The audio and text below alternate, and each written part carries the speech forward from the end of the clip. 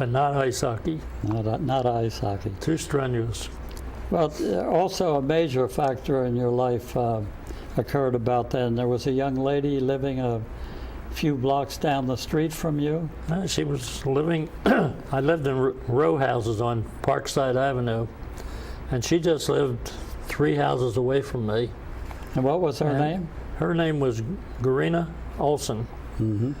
She had come over at 9 years old and picked Atlantic City to live because her father was a commercial fisherman. He had a boat, and he would go out for weeks at a time catching fish and come in with a boatload of fish. And so she and I got acquainted at an early age, and we stayed together and ended up getting married in 1940. Yeah.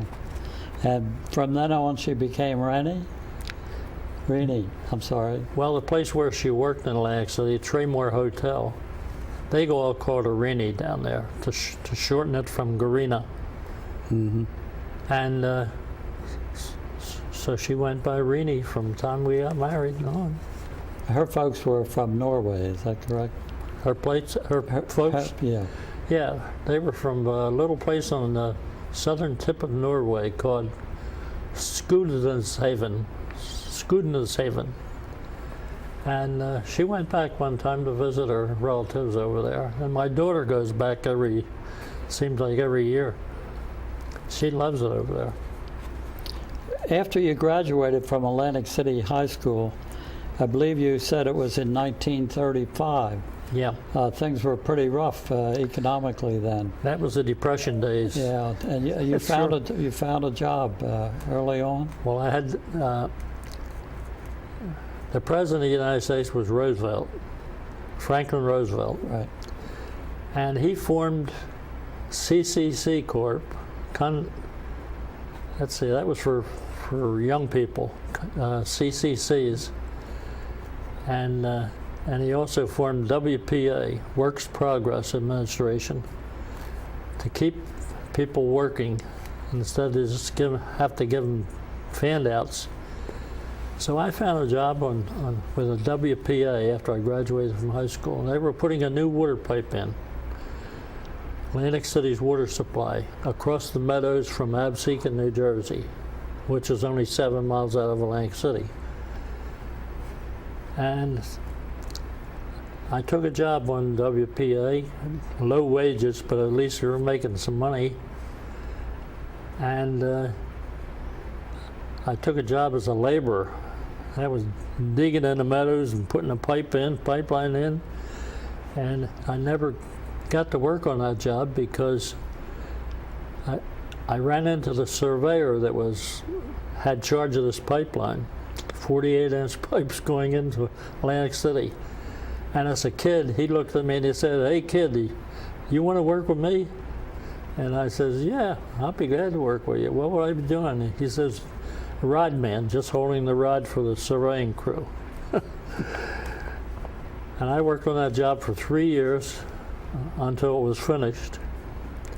And it wasn't long before he had me using the instrument, and I was setting elevations for the pipe and also center lines, because they were working at 3 different projects in the meadows, and the pipe had to come together.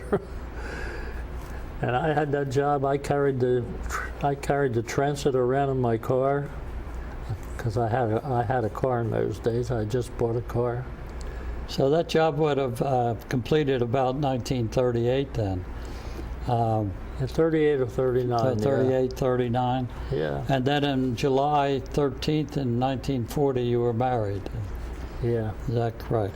Well, before we got married, I had to get a permanent job somewhere. And I went to Wilmington, Delaware, back to Wilmington, Delaware.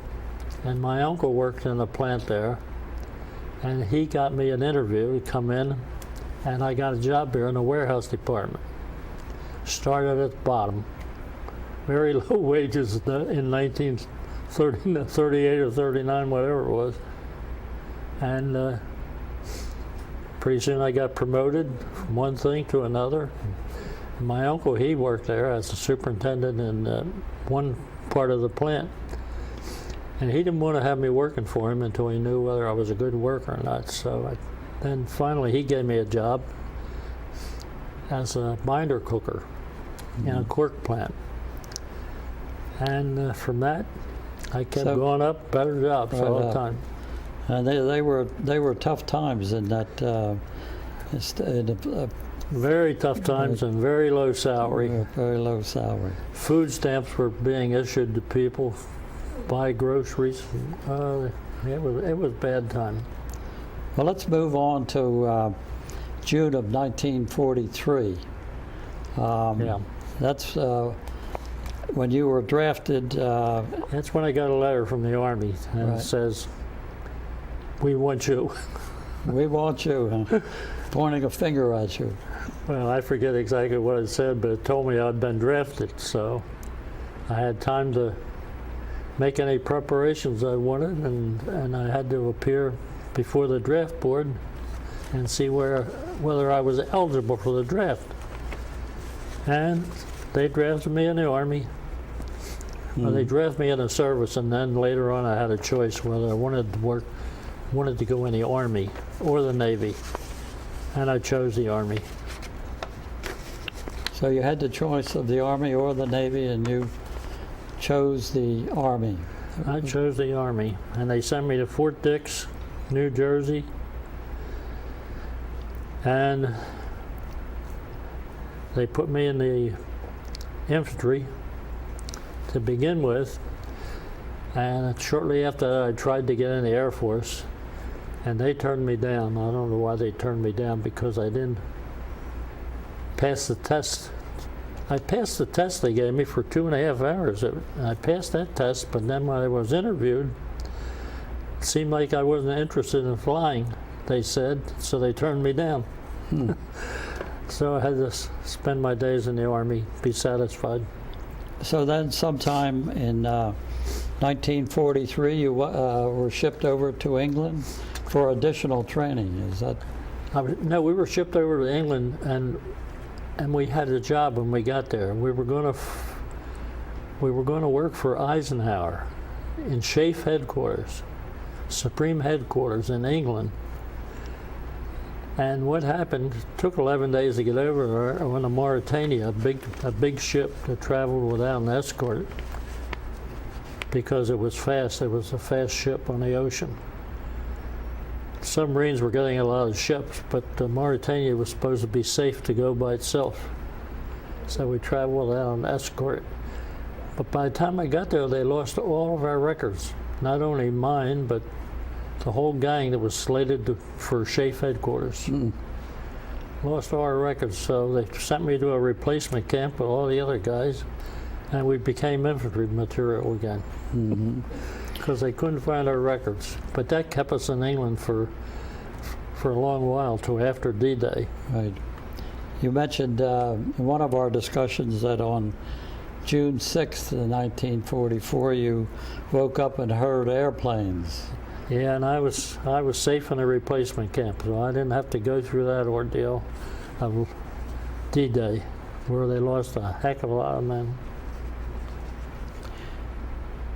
Okay, now before we go into some of your combat experience, we have a map showing the route or the various places that the 84th Infantry went. Starting with the Battle of the Bulge, which there were 3 phases to the battle, as recorded in one of your books here. Yeah. The first phase was December 16th to the 28th of December, and this is 1944. And the 84th participated towards the end of that period. And then the German intrusion into the Bulge was finally stopped, and both sides regrouped sort of from December 29th to January the 2nd of 1945.